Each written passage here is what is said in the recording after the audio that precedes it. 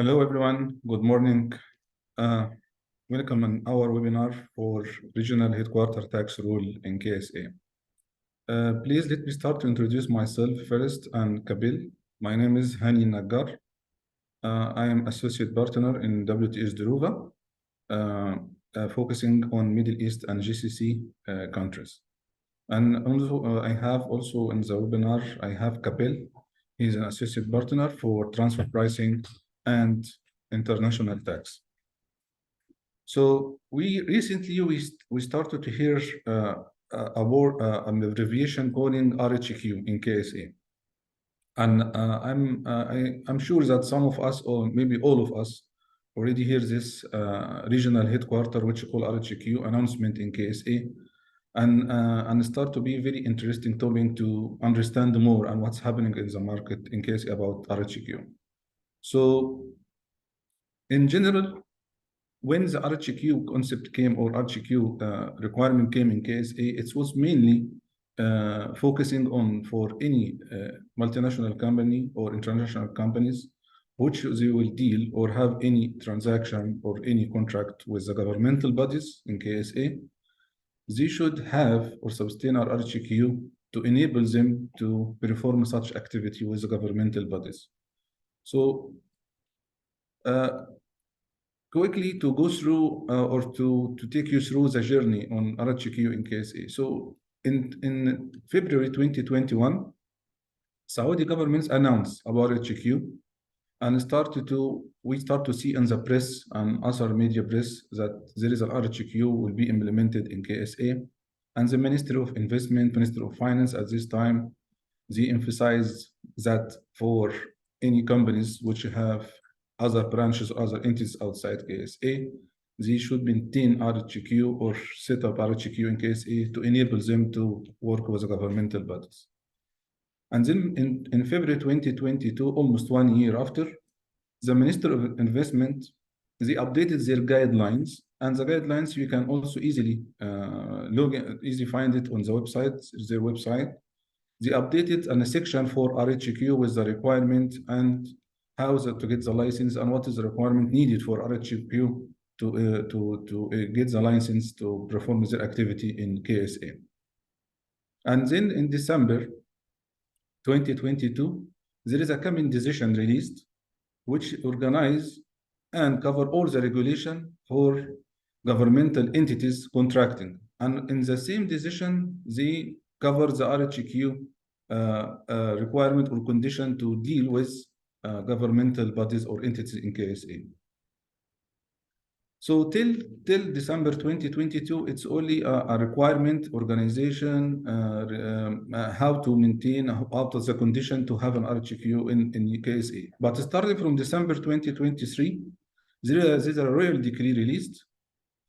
And this royal decree, when released, they focused on the tax incentive. So now in KSA, they switch from the requirement to condition, and it's mandatory to have a RHQ in KSA to deal with the governmental bodies, to start to grant some exemption or tax exemption or tax incentive to RHQ to encourage them to open or set up RHQ in KSA.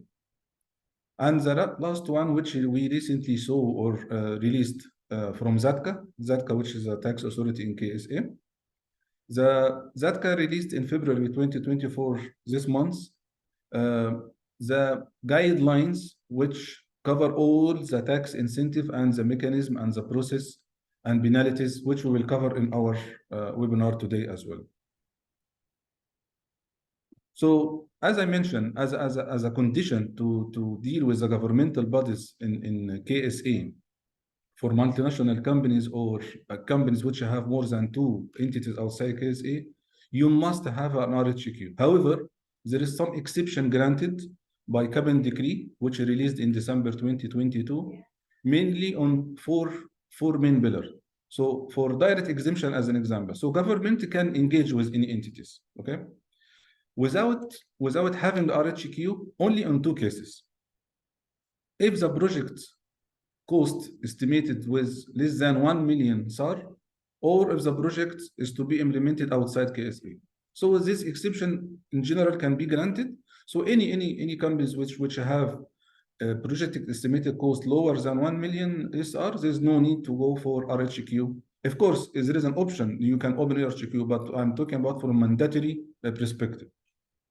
In addition, also for bid invitation. So government can also invite multinational companies,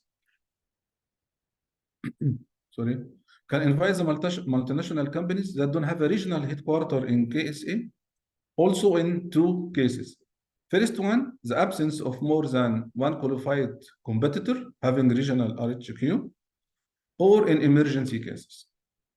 In relation to the same, also for public bidding exception, there is also two exceptions granted here, that in the absence of more than one technically acceptable proposal, or the proposal from this entity or this company is best offer after overall technical evaluation and is financially lower than 25%, lower by 25% or more compared to the value of the second best proposal.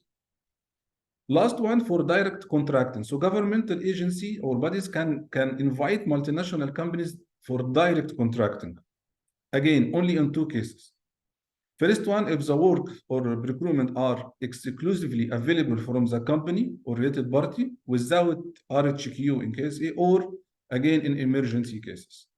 So in summary, if you find yourself under one of these exceptions, then it's not a mandatory to have a RHQ in KSA. However, you can, as optional, you can have a RHQ and get this tax incentive, which we will cover in coming slide. So now for RHQ, we have two sections or have two categories. There is a mandatory activity need to be met, and there is an optional activity. You can choose three of them. So mandatory activity, as listed by Minister of Investment guidelines, provision of strategic direction, including or covering, formulate and monitor the regional strategy, coordinate strategic alignment, embed products, support acquisition, merger and divestment, review financial performance, and regional headquarter management function, which includes business planning, budgeting, business coordination, identification of new market opportunities, monitoring of the regional market, marketing plan for region, operation and financial reporting. These mandatory activities, as per the guidelines from MOI, Ministry of Investment, should be commenced within 6 months from granting the regional headquarter license. Because we will also highlight in coming slides that if the company will not meet this condition by commencing this activity, mandatory activity, within 6 months, this license can be cancelled by Minister of Investment. This for mandatory activity. For optional regional headquarter activity, also it's listed down the same guidelines, like sales and marketing support, human resource and personnel management, training services, financial management, compliance and internal control, accounting and auditing, advisory and legal, research and analysis, development, operation control and logistics supply, international trading, technical support or engineering assistance, network operation for IT system, IP, which intellectual property rights management, production management, and sourcing raw material. These optional activities, you need to choose three of them to be commenced operation activity before the end of the first year. So now we have two timelines need to be met. 6 months, you need to commence the mandatory activity. Within 1 year, you need to commence the 3 optional activity as per the list on the guidelines from Minister of Investment. And again, if you fail to commence such activity or to perform the activity within the timeline prescribed on the Minister of Investment, then the license of RHQ can be cancelled immediately. Okay, there is many benefits already granted to RHQ from regulatory perspective. The main one we can highlight here today, that there is an exemption from Saudization requirement. As we also hear or know that in Saudi market, there is a Saudization percentage need to be made depend on the activity or the business, and the activity should be performing in Saudi. It depends. Some of the Saudization percentage can be 15, 50, 10%. It depends. But for RHQ, one is a good incentive that Saudization requirement will be exempted for 10 years. And also, they have one of the benefit already granted as well, that 25 years is the old of the maximum age limit for residency of male dependent. So currently, if you are resident in KSA or you have a work permit or have a Iqama or visa, so the dependent family, the maximum it will be for boy or men, it's 18 years. But now for RHQ, they increase it to be 25 years.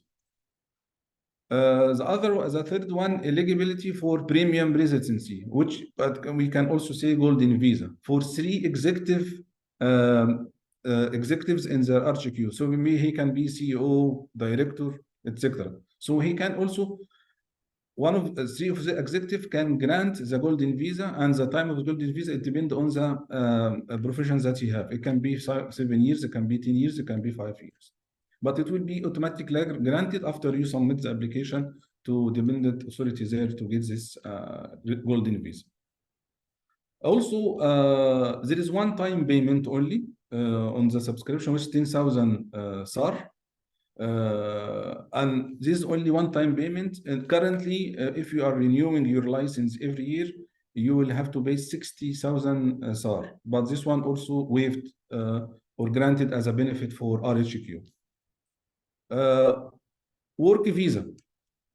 There is no limit on work visa, and you can also, even from day one, you can apply for 250 work visa and can be granted from competent authorities there. There is a program there in KSA called Ajir. Ajir program benefit will be also granted for dependent for RHQ employees. So once you have a family or you have your son or what, you can be automatically or requested to covered under Ajir benefit program. One of the very important and main condition for RHQ in KSA is that you need to maintain at least 15 employees.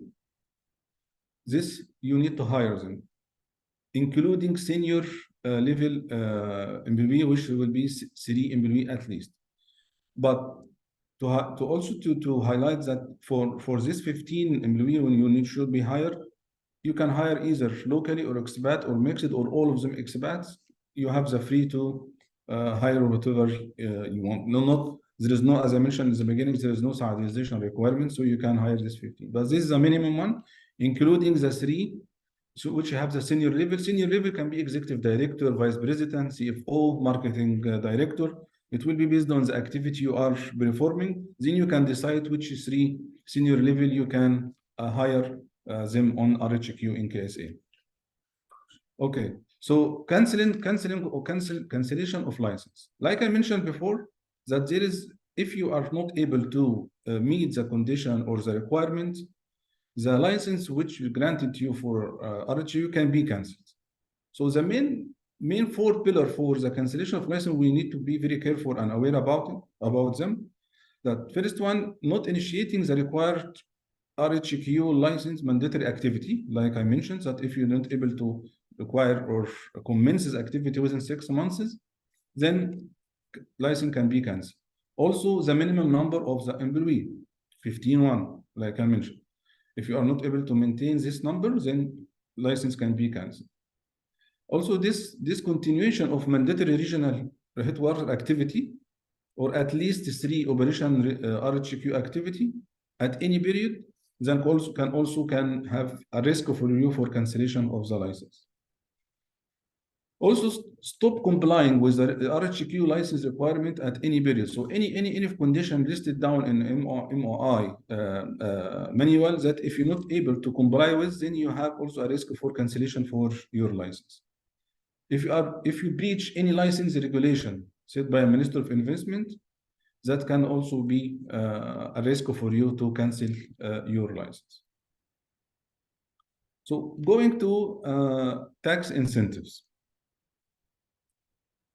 Tax incentive now is based on the ZATCA regional RHQ guidelines, which released on February this month, they listed down or they covered main three aspects, which eligible activities, eligible income, and non-eligible activities.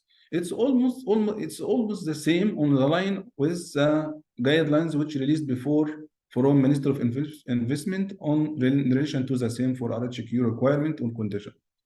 So eligible activities for RHQ are providing strategic, supervision, administrative, guidance, and support of ordinary business or comply with described in National Classification of Economic Activity number 701011.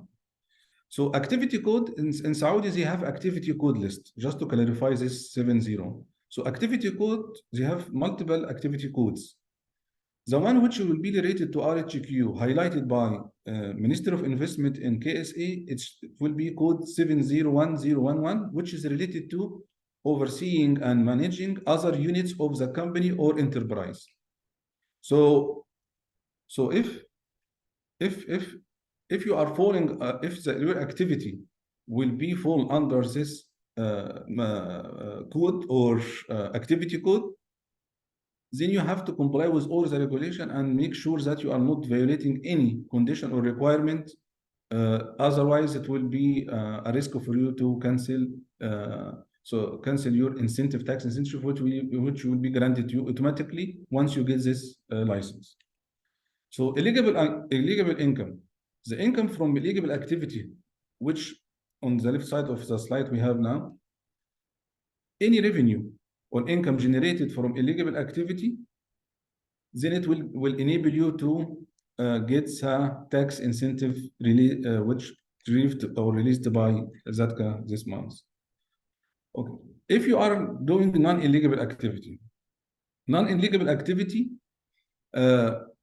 other than eligible activity, anything other than eligible activity will be considered as non-eligible activities. Non-eligible activities, of course, will not be entitled to this tax incentive or tax exemptions.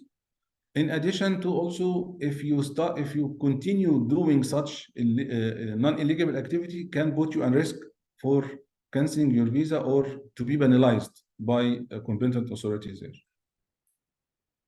So what are the tax incentive in summary granted to RHQ based on the new guidelines released by ZATCA?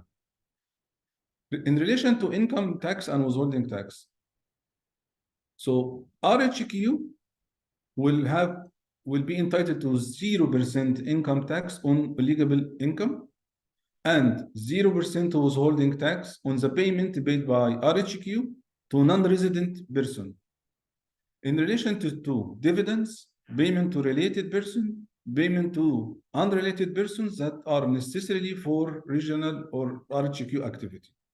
So you will have an exemption from corporate tax, withholding tax with 0%, and this is the time for the incentive will be applied for RHQ for a period of 30 years, subject to renewal.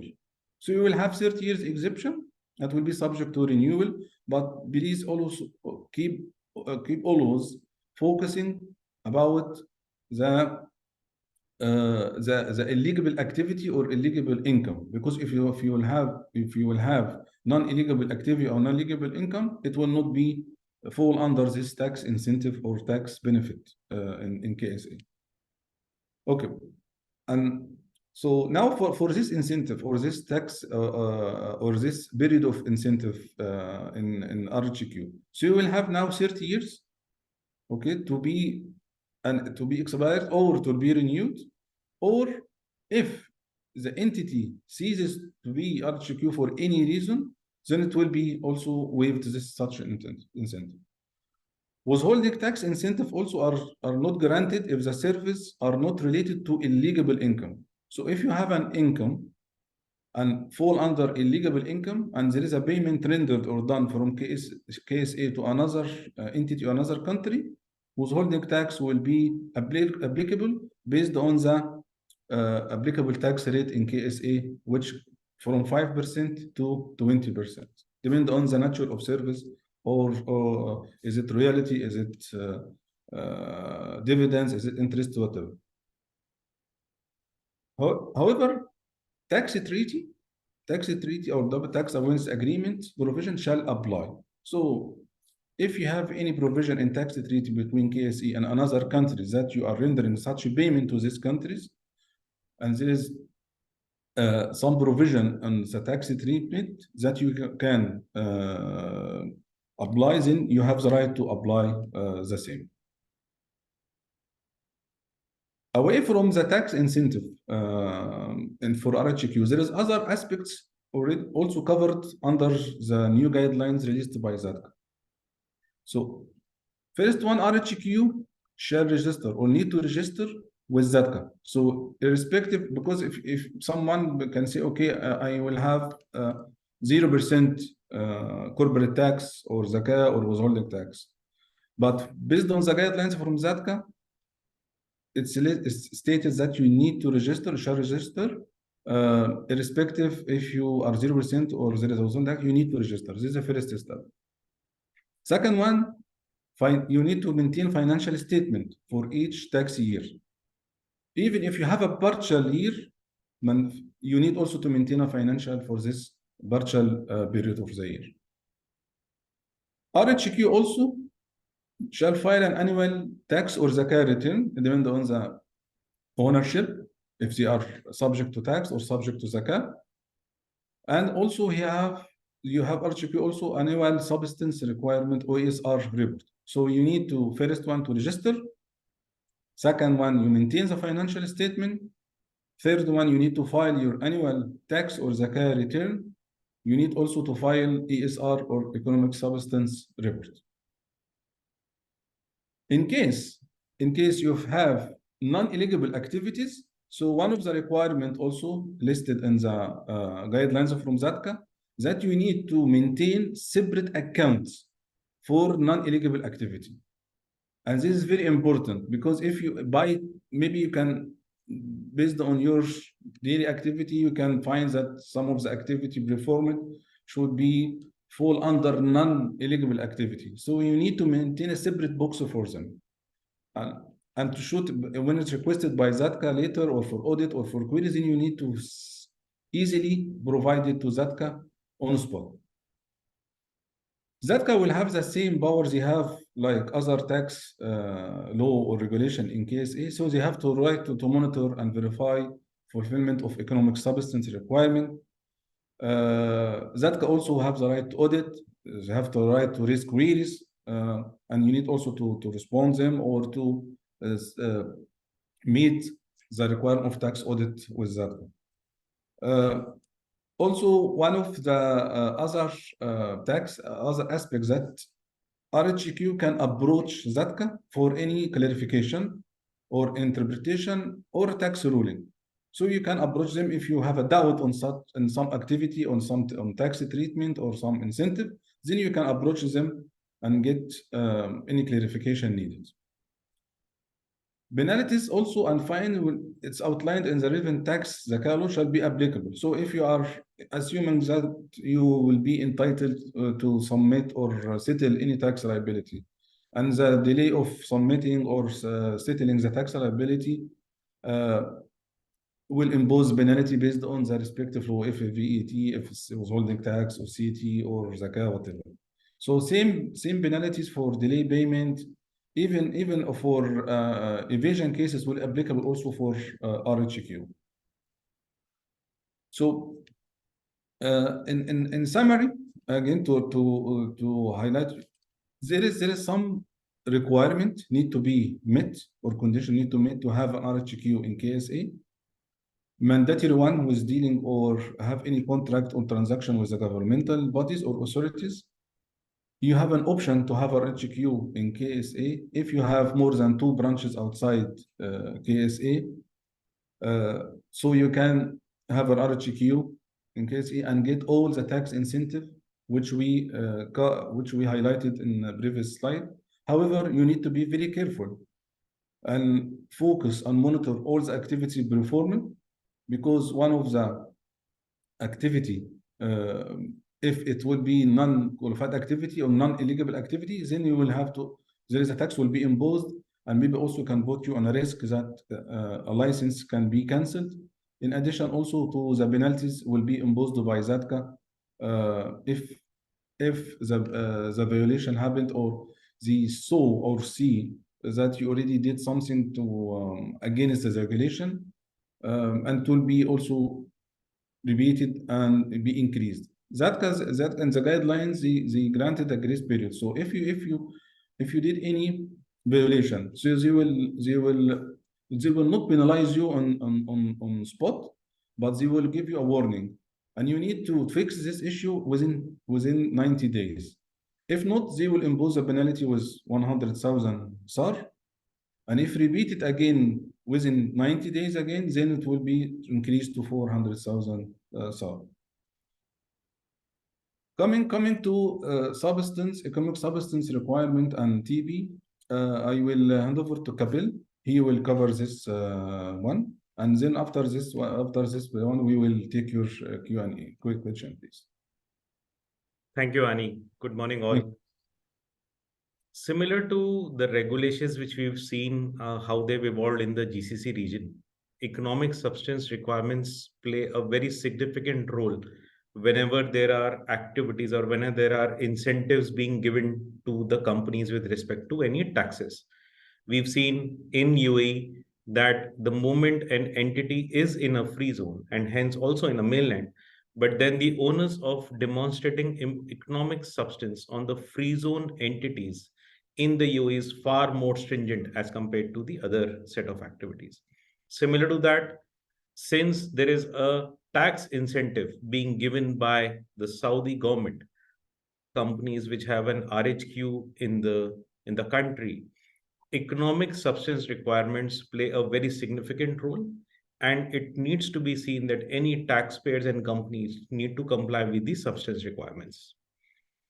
To summarize, or to if you want to look at what is the detail of these substance requirements, one, they should have a valid license being issued, which should detail out all the core activities which are being done by the entity. They should comply with the RHQ activities, which Hani detailed at length, to say that this is the license which an entity has obtained. We are claiming an exemption of an RHQ to be taken, and hence we need to comply with the economic substance. Apart from that, in order to create substance, in order to have substance, there should be an adequate office space or a premises.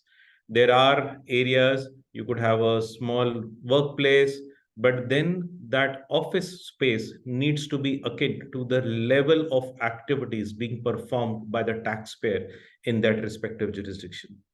The board meetings of that particular entity which has been formed as an RHQ needs to be physically being done in the KSA region. Yes, you can have certain members of the board joining through online a Teams call or a Zoom, but then majority or the quorum of the board should essentially be physically present in the KSA, and all the strategic decision making should be done within the country. Apart from that, any operating expenses which are linked to the RHQ activities, they need to be recorded. Hani mentioned that there is a mandatory requirement of an audit of financial statements to be done, and hence any operating expenditures being incurred by the RHQ needs to be appropriately recorded, needs to be reported to the relevant tax authorities. Any revenues which have been generated from the eligible activities should again be properly recorded, and those should be reported to the authorities. One of the requirements, and Hani mentioned that now with respect to the work visa requirements of CEOs, CXOs, CTOs, the regulations and the ICAMA norms have been relaxed for RHQ companies. There is a mandatory requirement to have at least one resident director in the KSA in order to comply with the RHQ and the economic substance regulations. We talked about at least 15 people to be hired in the RHQ company to ensure the tax incentives are being provided, and hence adequate amount of full-time employees needs to be employed during the entire year so as to demonstrate substance. You could have certain outsourcing of activities, it could be facilities management, it could be IT support, but then the core activities of the RHQ cannot be outsourced and they need to be done by the full-time employees which have been there in the KSA activity. Again, one of the key requirements is that the people performing the RHQ activities within the KSA, they have the requisite qualifications, they have the requisite degrees, experience to render those set of activities. You cannot have a situation where a junior level employee may be taking certain strategic decisions on behalf of the entity there, and that would just trigger a further investigation by the authorities from an economic substance standpoint. Hani, we can move to the next slide, please. Hani just briefly mentioned on this, and typically the penalties of non-compliance from an economic substance regulation is similar to what Hani just mentioned, that the moment economic substance is not demonstrated within the RHQ entity which has been formed, there is a failure or there is a penalty of SAR 100,000 which would be imposed. And if the violation of that economic substance has not been remedied within a period of 90 days from which the objection has been raised and it has been on a repeated basis, then typically a penalty of Saudi Riyal 400,000 can be levied. And then the authorities may also take an extensive view to cancel the tax incentives and the trade license of the entity. And hence, demonstrating economic substance in the RHQ entity becomes very, very important. Honey, we can move to the next, please. Now, what about transfer pricing? Because we're talking about an entity which has a tax incentive. It could be interacting with a lot of group companies which are regular, either a zakat payer or a normal corporate taxpayer from a Saudi perspective. We could also have a lot of activities by the RHQ entities into overseas jurisdictions, overseas group companies, and hence, from a transfer pricing perspective, what does the impact come in? KSA for many years has been a part of the OECD or the G20 framework, which means that typically within the KSA, the transfer pricing regulations are fairly evolved and have been in place for a very long time.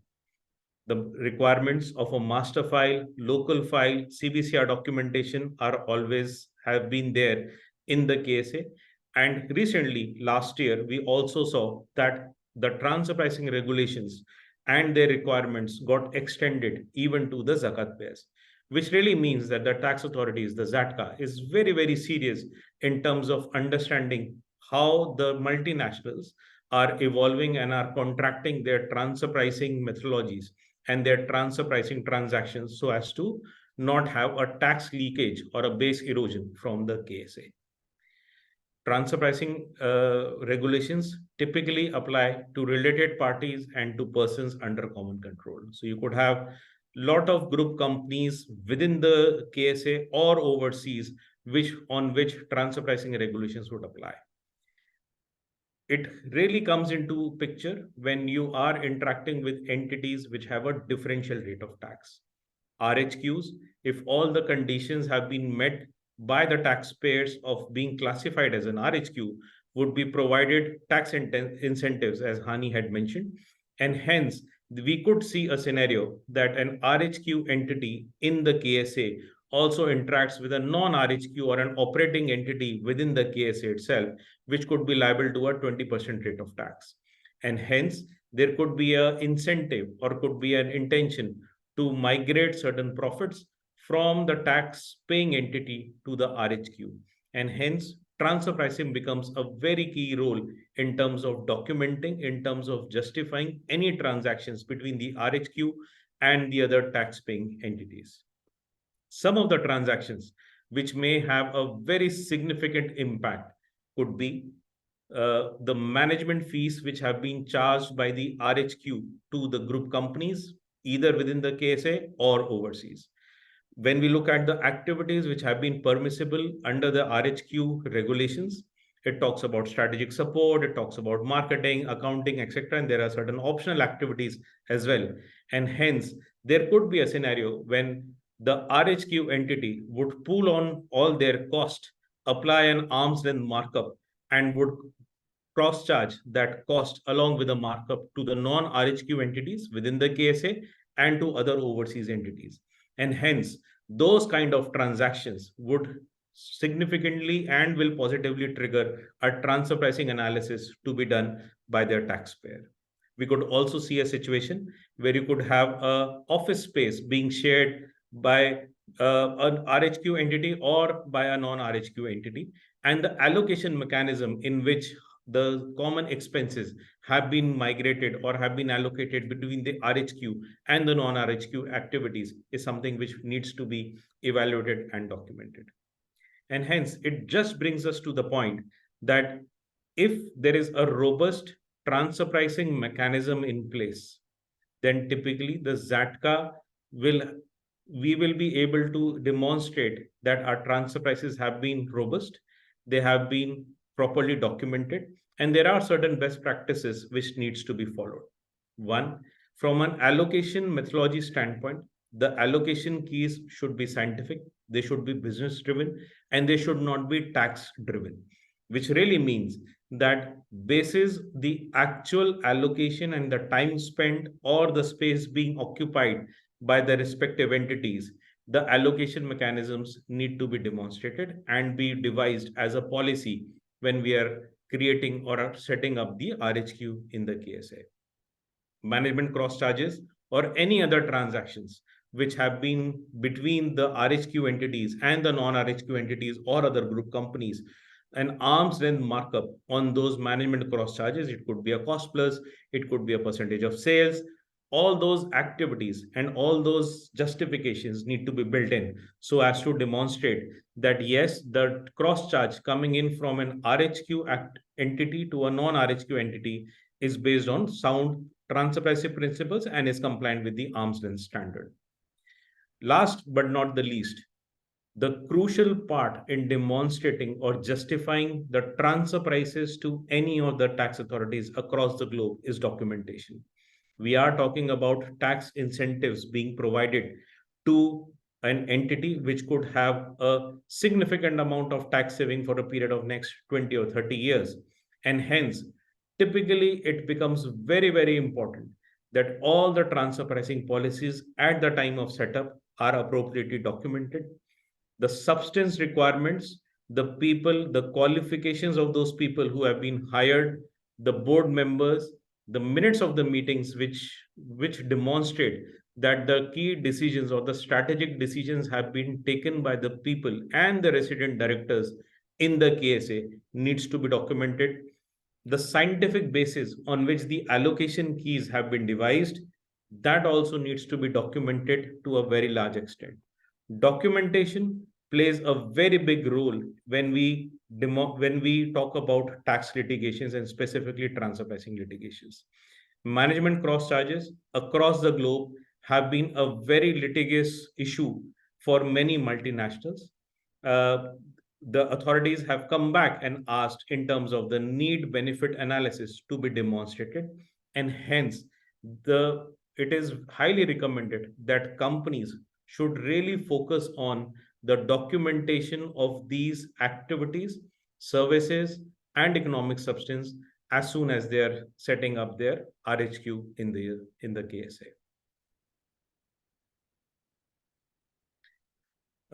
Honey, we can move on to the next, and we do have a lot of questions for us, and I'll just possibly request you to take them one by one. The first one is, can I convert an existing company into an RHQ? How long does it take? Yeah, so thanks, Kabir, for this interesting topic on ESR and transfer pricing. So yeah, coming to the question, as you mentioned, yeah, I can see we can see a lot of questions we have. Okay, so answering the first one for the timeline to have an RHQ license, correct? Yeah, so it says that can I convert an existing company into an RHQ company, and how long does it take? Converting, see, it depends. So if he have an operational, see, RHQ concept, like we clarified before, main requirement and condition to have another two entities outside KSA to be managed. Right. So if you have already one entity inside KSA and to be converted to RHQ in KSA, he need to prove that such entity was managing the other two entities outside KSA. Otherwise, it will not be doable. The Minister of Investment can simply reject it. Say, no, you didn't meet the first or the mandatory requirements. And also, he need also to be careful or not careful, sorry, to consider the company that he have now. Is it operational company or non-operational company? Operational company that can doing trading, sales, service. So converting the operational company to RHQ will not be doable based on this regulation. And hence, Hani, would you recommend that a new company or a new entity be set up for specifically for the RHQ activities? Yeah, it's better to have open and set up a new entity there because converting, as I mentioned, it's a lot of question need to be answered before giving a final advice on this one. And About the timeline, and in general timeline, now the Saudi Minister of Finance are very quickly to grant the license. So once he complete all the paperwork, legal document and submitted to Minister of Investment, can take around 2 weeks to have the license from MOI there. perfect. The other question is that can I get the benefits of RHQ even if I don't get business from government companies, or if I don't have government contracts, can I still get a exemption from a RHQ benefit? Yeah. RHQ, as long as you already have the RHQ license approved by Minister of Investment, of course, you can have the tax incentive. It's not a must to get the tax incentive to be dealing with the governmental bodies there, but you need to meet all the requirement and condition for RHQ. Okay. The next question is, do I need 15 people on day one to start claiming exemption, or is it there is a lead time? I know you mentioned briefly about some grace period being there, but the question is, do I need 15 people on day one to claim that exemption? Yes, he need to maintain the 15 employee from day one, not day one, but after getting the license. Because see, the RHQ, once he submit all the legal document, he will get the license. Okay. Hmm.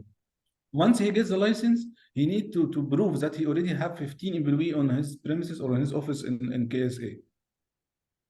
So Okay. a grace period for other condition released by Minister of Investment, they give a grace period for 6 months for the mandatory activity or not for the 15 employee. Okay, Mhm. but in practice, what we saw in the market once on the ground,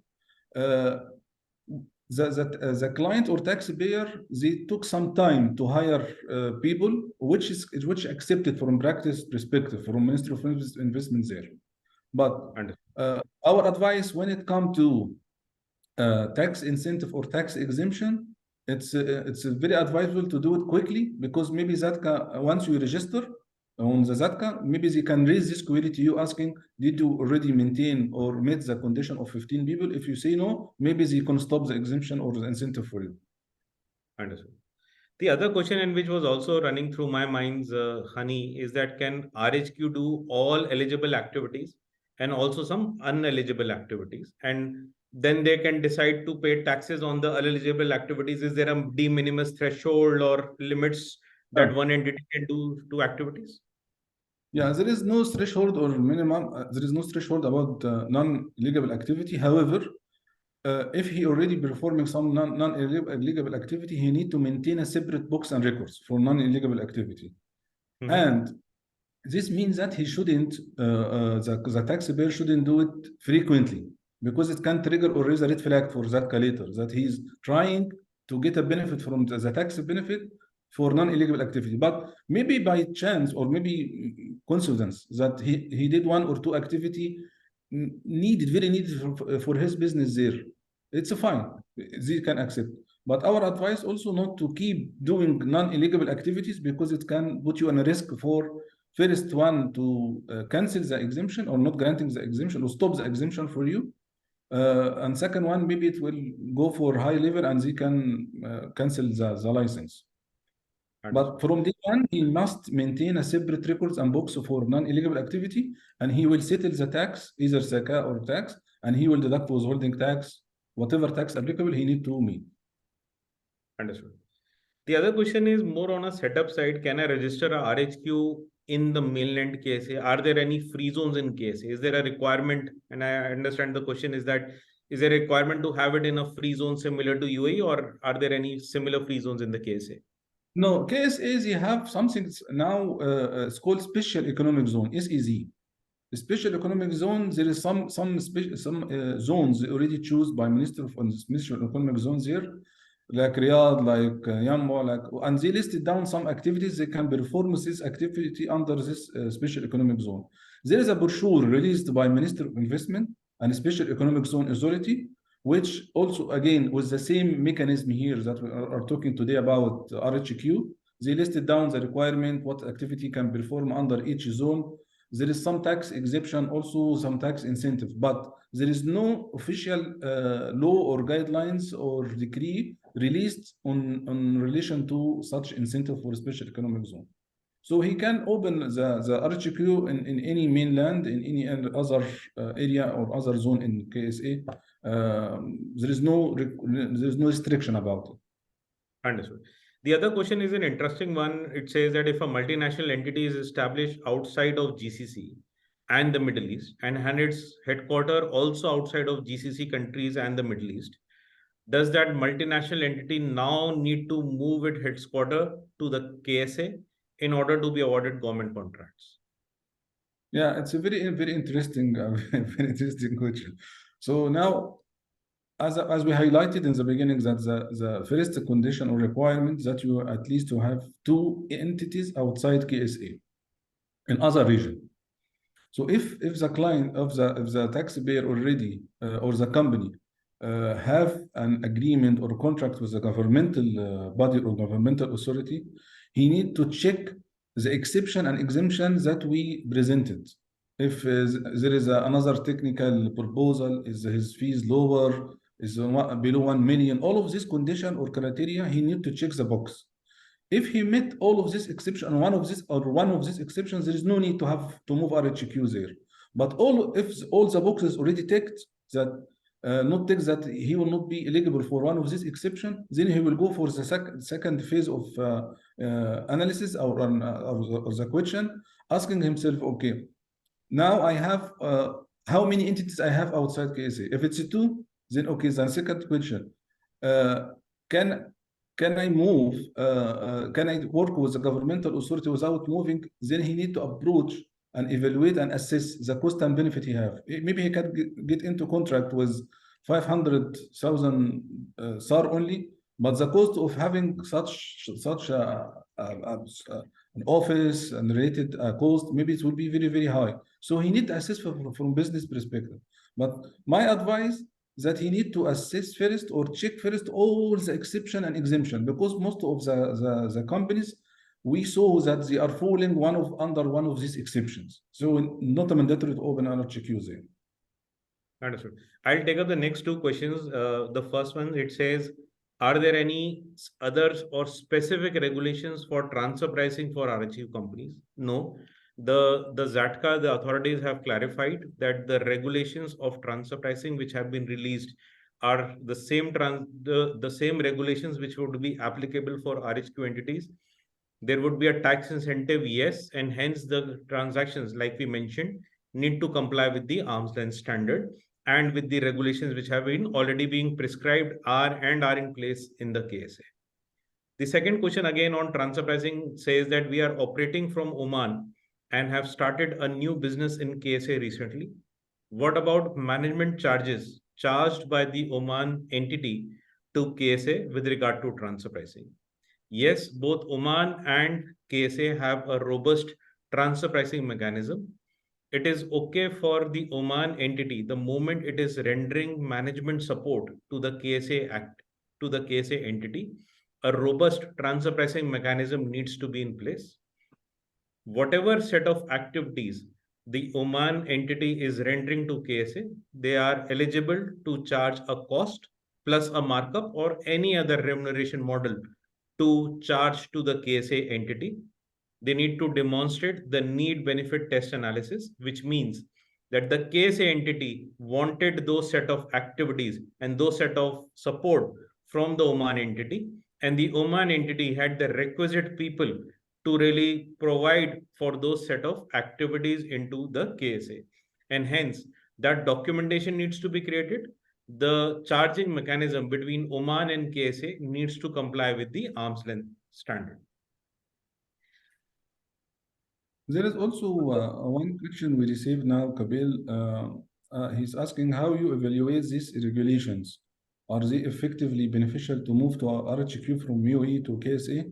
See, the regulation is very encouraging one, especially after this tax incentive granted and other administration incentive, which we presented today and discussed today. But again, you need to evaluate from our angle, not only from tax side only. So you need to assess what will be the revenue are generating, what will be the business, what is the cost of moving. So other business aspect you need also to ask yourself before you decide. But in general, it's attractive. There is a good incentive now in place granted to the RHQ in KSA. Yeah.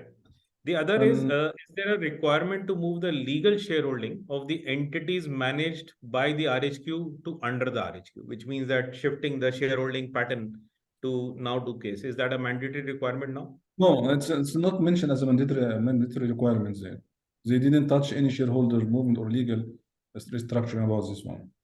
So as long as he's meeting the condition of RHQ which we discussed, then it is fine. The other, it talks about, does a Dubai headquarter company with a subsidiary in KSA who has local contracts with government bodies, does this RHQ rule mean that we need to move our Dubai headquarter company to the KSA? Yeah, so it's the same answer also. He need to check the exception and exemption from moving the RHQ to KSA. And then if he didn't find that he will be eligible for one of these exception or not for one of these exceptions, then yes, he need to move his RHQ to enable him to perform his activity with the governmental bodies there. The other one is a relates to a very hot topic, Hani. It says, what will be the treatment under BEPS Pillar 2? Now, Yeah. all of us have been very eagerly evaluating and watching the developments on the Pillar 2 side. UAE has made it very clear that it would it is committed to implement the Pillar 2 regulations into the UAE, and so has KSA. KSA in any ways is a part of the global framework under BEPS, and they are also committed to honor the Pillar 2 initiatives and the taxes being there. Under the Pillar 2 mechanism, typically the jurisdictional ETR is something which needs to be calculated. And hence, if that really drops below 15%, there could be a possibility of a domestic top-up tax being levied or being charged or being paid by those taxpayers. Now, with a tax incentive position in place, this space would need to be very, very carefully evaluated as to how it is going to impact your Pillar 2 regulations. One, Pillar 2 also provides certain carve outs or certain substance based deductions from the calculations. And hence, the moment you have enough, let's say, employee strength, economic substance into the region, those will definitely add credence to your Pillar 2 calculations.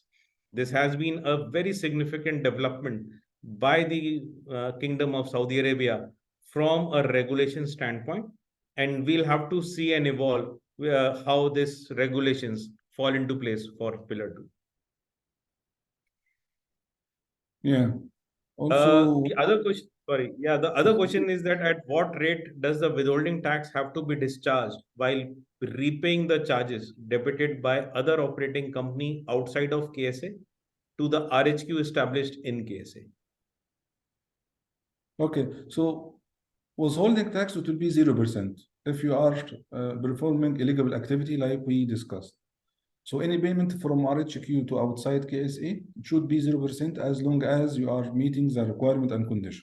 However, if some of non-legal activity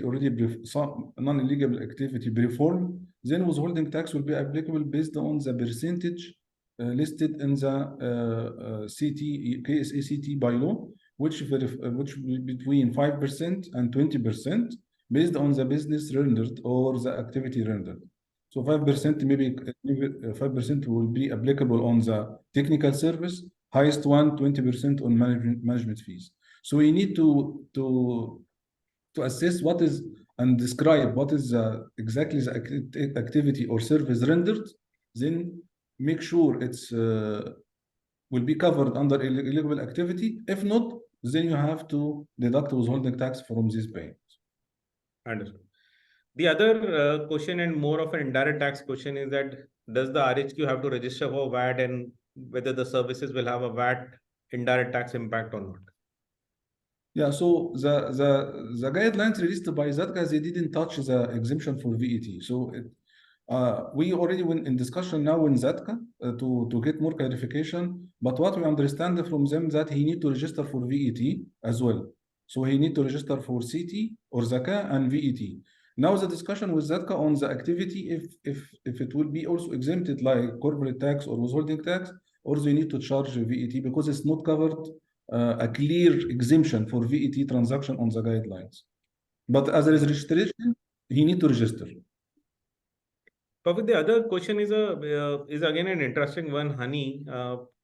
We've seen the data protection laws of different countries warrant data to be housed in specific jurisdictions. You cannot move out the data for confidentiality purposes or for privacy purposes. The question relates to that. It says that is it compulsory to host the database server within the KSA borders if you are a MNE operating in KSA and you have an RHQ which is outside of KSA? Now that's a bit of a complication. Is there any new guidelines or any new justifications or any guidance being issued by the ZATCA on this? So in RHQ guidelines, either by Minister of Investment or ZATCA, they didn't ask, or there is no requirement about moving the database or servers or books or records, whatever, from other country to RHQ. So this means that it's as long as it's not mentioned there, that means that it's not a must to move all of this data or servers or document or records you have. But there is no specific guidelines for RHQ to maintain a server inside KSA or records or kept from other country to be inside KSA. And Honey, just related to that, a question which just came into my mind.